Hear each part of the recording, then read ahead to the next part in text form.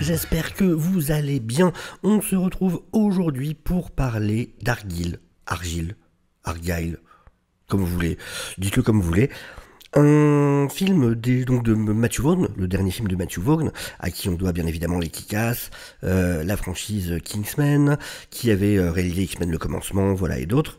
Un très joli casting donc, avec Henry Cavill, Bryce Dallas Howard, Sam Rockwell, Samuel Jackson, Dua Lipa, Bryan Cranston, John Cena, Catherine O'Hara, on a Sofia Boutella aussi dedans, qui a un petit rôle, mais donc ouais, très très joli casting, ça c'est clair. Alors, je vais faire un petit pitch. Déjà, évidemment, il y aura une première partie sans spoiler. Et c'est important pour ce film, je pense vraiment voilà, si vous l'avez pas vu, essayez d'éviter vraiment les spoilers si vous comptez le voir, parce que voilà, c'est un film d'espionnage, entre autres. Évidemment, il y a pas mal de twists, donc ça serait dommage de vous faire spoiler avant. Avant de vous faire le pitch, donc déjà, franchement, je vous conseille de le voir. C'est un film... Après, le truc, c'est que c'est un film... Je vais essayer vraiment d'être clair dans ma review, parce que c'est un film, je pense, qui va diviser.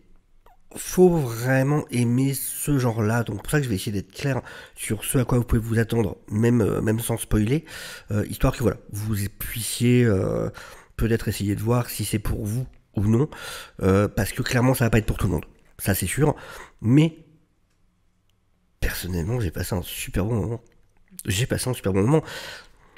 J'ai des critiques, vraiment des critiques sur le film. Il est très loin d'être parfait. Mais j'ai passé un super bon moment. Franchement, il y a des scènes que j'ai tellement kiffé.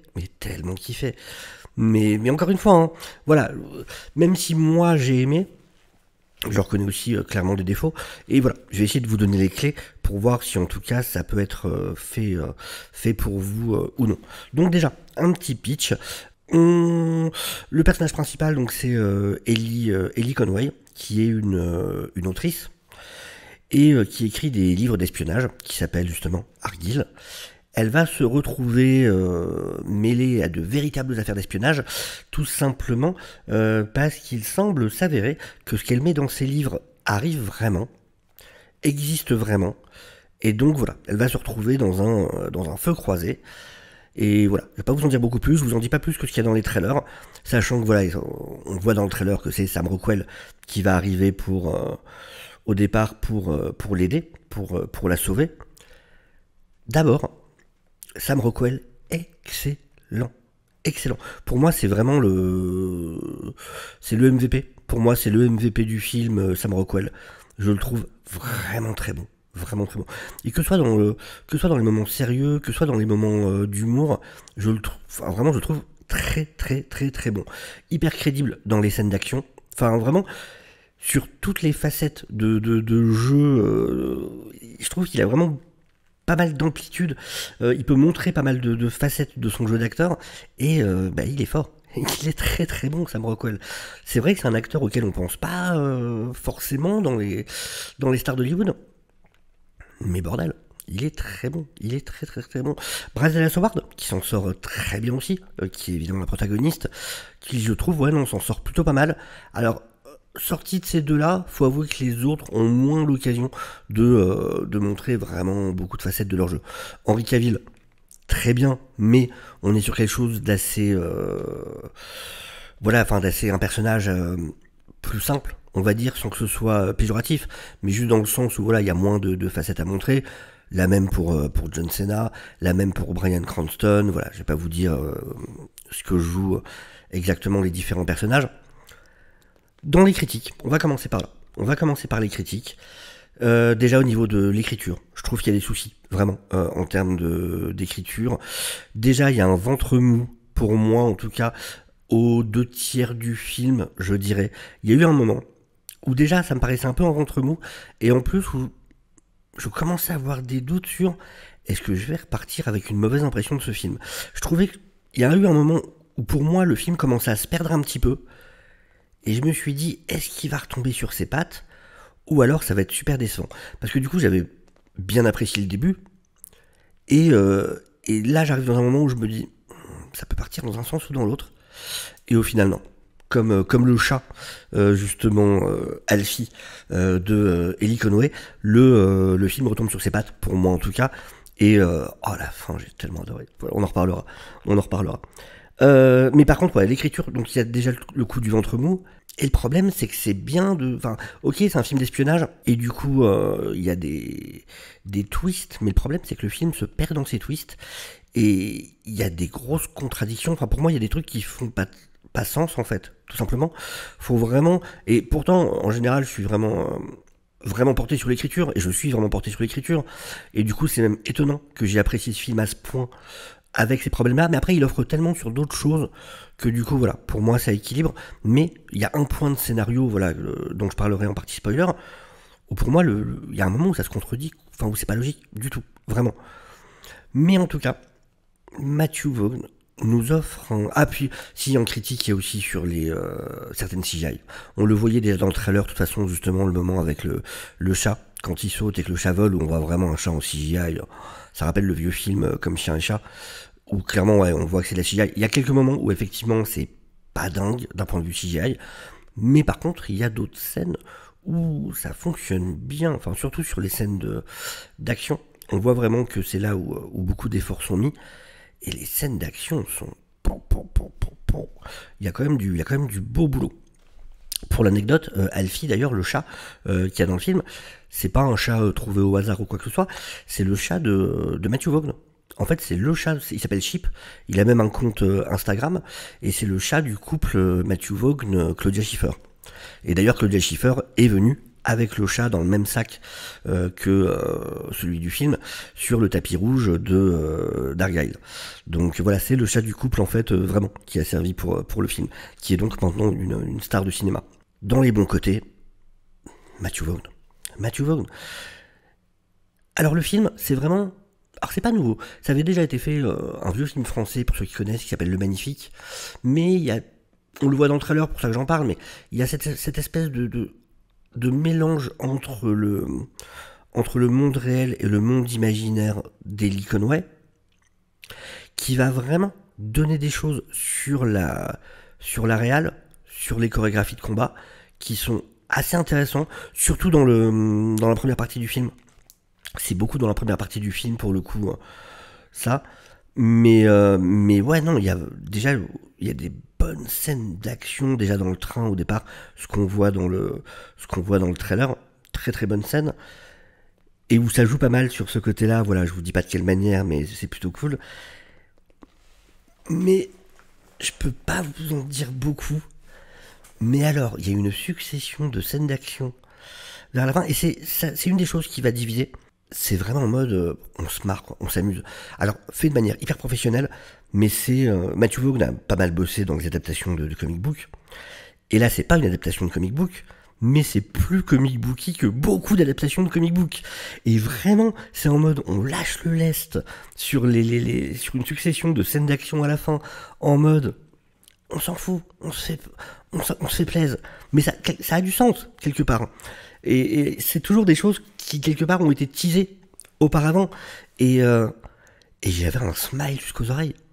Il y en a certains qui ça va complètement faire sortir du film. C'est clair et net. Il y en a que ça va faire sortir du film. Perso, j'avais un smile jusqu'aux oreilles. Et en plus, il y en a une où il y a en plus un côté émouvant, on va dire. Il y en a une autre où c'est juste... Il a vraiment osé. Sérieusement. Il a osé faire ça. Et moi, je trouve ça génial. Moi, j'adore ce genre de choses. En mode, waouh, ok, il a poussé les putters à fond, quoi. En mode, mais allez, on met tous les putters au taquet et on y va, on s'en fout. Mais réalisé avec brio. Mais en même temps, oh putain, il a osé, quoi. D'accord. Ah ouais, mec. Ok, t'as pas de limite, quoi.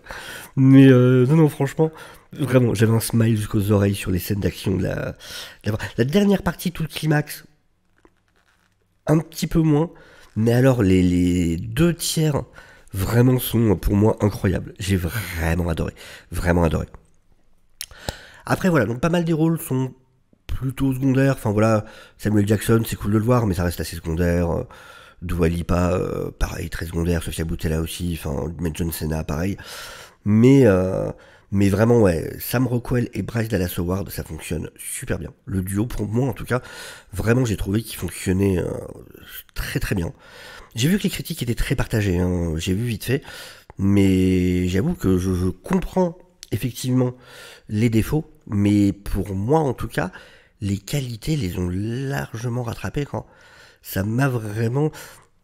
Ouais, enfin, ça fait plaisir de se retrouver dans une salle de cinéma et d'avoir le smile comme je l'ai eu à des moments. Même si oui, effectivement, hein, j'ai trouvé un ventre mou, tout ça, il y a eu des moments où, bon, je me suis jamais ennuyé. Attention, je me suis jamais ennuyé. Par contre, c'est juste que voilà, je trouvais que c'était un peu un ventre mou, j'avais peur de vers où ça allait aller, mais je me suis pas ennuyé.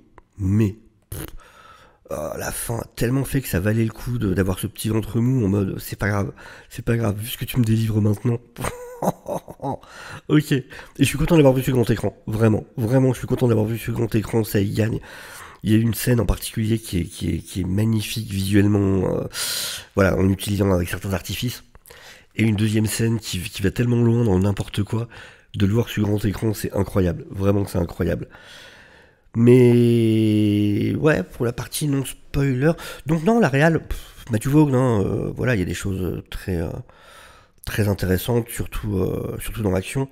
Alors, soyons clairs, pour moi, c'est quand même en dessous d'un Kingsman ou d'un Kick-Ass.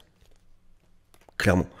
Je le mettrai pas au même niveau, mais j'ai vraiment pris du plaisir. J'ai vraiment, sincèrement, pris du plaisir à le regarder. C'est... Ouais. Bryce Dallas Howard que je trouve super attachante dans le film et voilà qui a vraiment l'occasion de montrer différentes facettes et encore une fois Sam Rockwell, gros coup de cœur dans le film, vraiment dans ce rôle qu'il a, enfin vraiment je fais attention à pas trop en dire, vraiment. Je vais passer à la partie spoiler. Du coup en tout cas ouais, je vous conseille de voir le film, je vous conseille de le voir, mais encore une fois voilà, il y a du corny, il y a de l'action en mode ça n'a aucun sens, mais c'est tellement fun. Si c'est le genre de truc, si c'est pas le genre de truc qui vous plaît, ça peut ne pas être un film pour vous. Ça sera pas un film pour tout le monde, c'est clair. Et en termes d'écriture, il y a des soucis. Il y en a. Il y a des choses très intéressantes, et puis c'est sympa d'avoir ce truc de twist, machin. Il y a des twists qui sont vraiment intéressants, pour le coup, mais je trouve qu'effectivement, voilà, ça s'en mêle dans ces twists, et pour moi, il y a il y a un twist en particulier sur lequel il y a il y a un vrai manque de logique. Voilà, je vais en parler dans la partie spoiler. On passe à la partie spoiler tout de suite. Merci d'avoir suivi la vidéo si vous en restez là. Si vous regardez la suite, c'est que bah voilà, vous avez déjà vu le film, ou que, comme disent le joueur du grenier Seb, ou que vous vous en fichez de savoir la suite. Partie spoiler. Donc, ce que je disais pour... on va refaire le pitch du coup, un peu vite fait, pour rappeler le truc. Donc, en gros, en fait, déjà, un défaut dont je peux pas parler en partie spoiler, non spoiler, bah c'est qu'en fait j'ai deviné pour Ellie Conway dès la scène de début, avec le fait qu'il y ait ce mec qui se lève et qui dit justement ah bah tiens un tel, on s'était aperçu que c'était des agents secrets, bah direct je me suis dit ok ouais bah donc c'est une agent secret. Et effectivement dès que tu prends ça en compte bah oui ça fait sens, en mode comme il y a déjà eu plusieurs films, j'ai plus en tête les titres, mais je sais que j'en avais vu, de films avec une femme comme ça qui ne se souvient plus qu'elle était agent secret et qui va le redécouvrir. Et donc ouais, dès que le mec dit ça, bah oui, c'est la solution la plus logique en fait. C'est elle était agent secret, soit elle a décidé de l'oublier elle-même, soit on lui a fait oublier. Et puis du coup, ben voilà, c'est des souvenirs. Donc bon, c'est un peu dommage d'avoir cette réplique là pendant le Q&A quand elle répond aux questions là qu'elle présente son bouquin, parce que voilà, ça donne un peu la réponse finale. Mais donc voilà, Sam Rockwell qui vient la protéger, on va découvrir au fur donc en fait elle est une agent secret. J'ai bien aimé le twist selon lequel en fait elle était de leur côté, du côté de l'organisation, qu'elle savait très bien ce qui s'y tramait. Sauf que ce twist là, il rend complètement con le fait que enfin ça n'a aucun sens. Pourquoi Bryan Cranston et Katrina Horace font passer pour ses parents alors qu'elle était de leur côté et ils en savaient rien qu'elle allait les trahir. Elle a disparu au moment où justement elle avait tué le hacker comme il le lui avait ordonné. Donc pour eux, c'était vraiment un membre super fidèle de leur équipe, en plus le meilleur membre de leur équipe.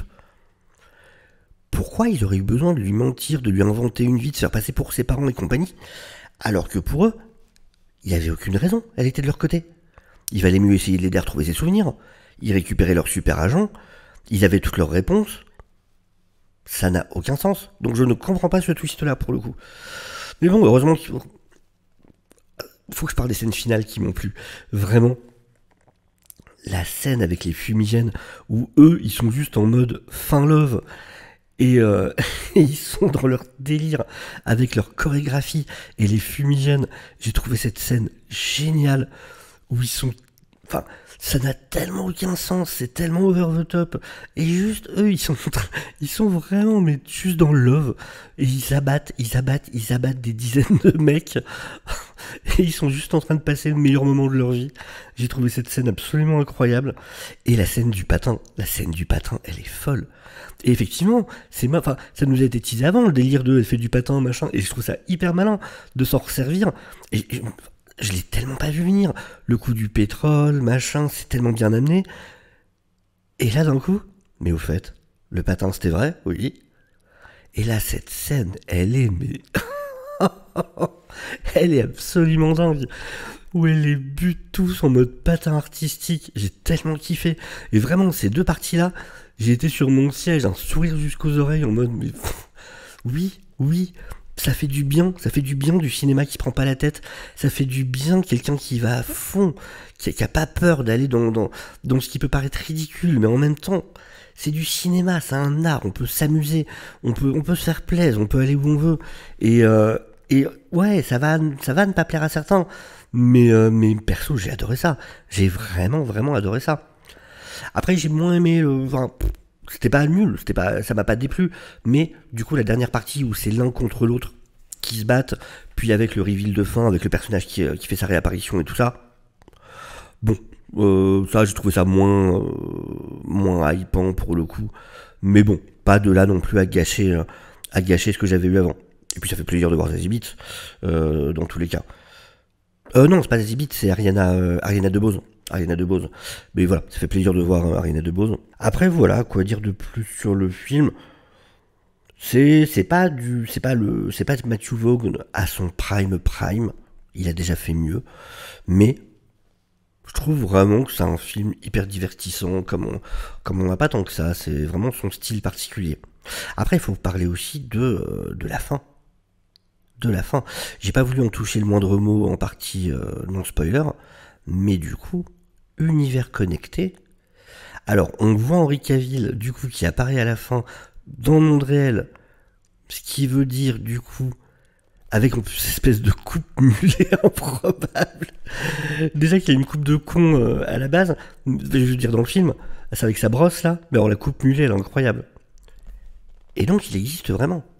Donc, ça veut dire qu'en fait Ellie l'a rencontré dans sa carrière, qu'elle a trouvé qu'il représentait l'agent parfait, et c'est pour ça que son cerveau a donné cette apparence-là, du coup, à ses souvenirs d'espionne. Qu'est-ce qui se passe? Parce qu'on a la scène pendant le générique, pendant les crédits, où on voit du coup un Henry Cavill jeune, qui s'appelle effectivement Argyle.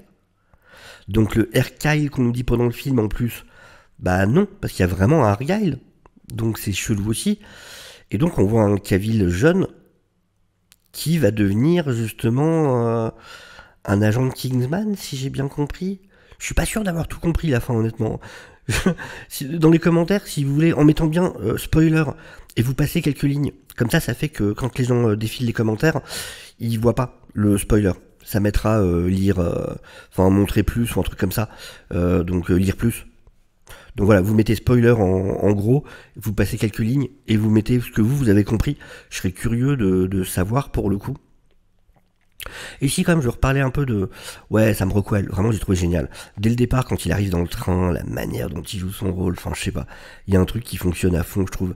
Et comme il dit, c'est vrai qu'il est vachement plus agent secret crédible qu'un Cavill par exemple. Un Cavill il rentre dans une pièce, tout le monde le regarde. Il y a rien de moins discret qu'un Henry Cavill qui rentre quelque part. Alors qu'effectivement, un Sam Rockwell, bah voilà, il peut beaucoup plus passer inaperçu. Et c'est ça, un agent secret. Il y a secret dans le nom. Mais tout cet enchaînement au début, la scène, genre la scène du train, où ça passe de elle qui voit Cavill et qui est là en mode. Et puis après c'est lui où c'est vachement plus approximatif, vachement moins classieux. Enfin, je trouve que ça marche à fond. C'est vraiment très cool. C'est dommage que du coup ça se perd un peu plus tard, où le seul rapport avec Cavill devient plus les moments où elle lui parle, où elle commence à le voir comme le reflet d'elle-même. Mais ce qui est du coup intéressant, ça fait partie du développement du personnage. Donc ça c'est cool. Mais ouais, en tout cas, voilà, bon après, Senna, tout ça, du coup, assez accessoire dans le film. Pareil pour Dua Lipa, bon, qui est magnifique hein, dans le film, évidemment, mais assez accessoire. Sofia Boutella, pareil, hein, pour le nom, elle a pas beaucoup de répliques. Mais ouais, j'ai passé un bon moment. J'ai vraiment passé un bon moment. C'est, encore une fois, hein, je pense qu'il va diviser, mais c'est pas voilà, ce sera pas le film de l'année. Godzilla Minus One reste pour l'instant bien au-dessus. Puis je vous dis, même de Matthew Vaughn, je trouve que Kingsman ou Kick-Ass sont carrément au-dessus. Mais j'ai eu le smile. J'ai eu le smile. Vraiment. C'est un film qui m'a fait sourire, qui m'a donné pour les bons moments, pour les quelques bons moments, vraiment très bons moments qu'il m'a donné dans le film, bah ça valait le coup. Ça valait le coup. C'est, voilà.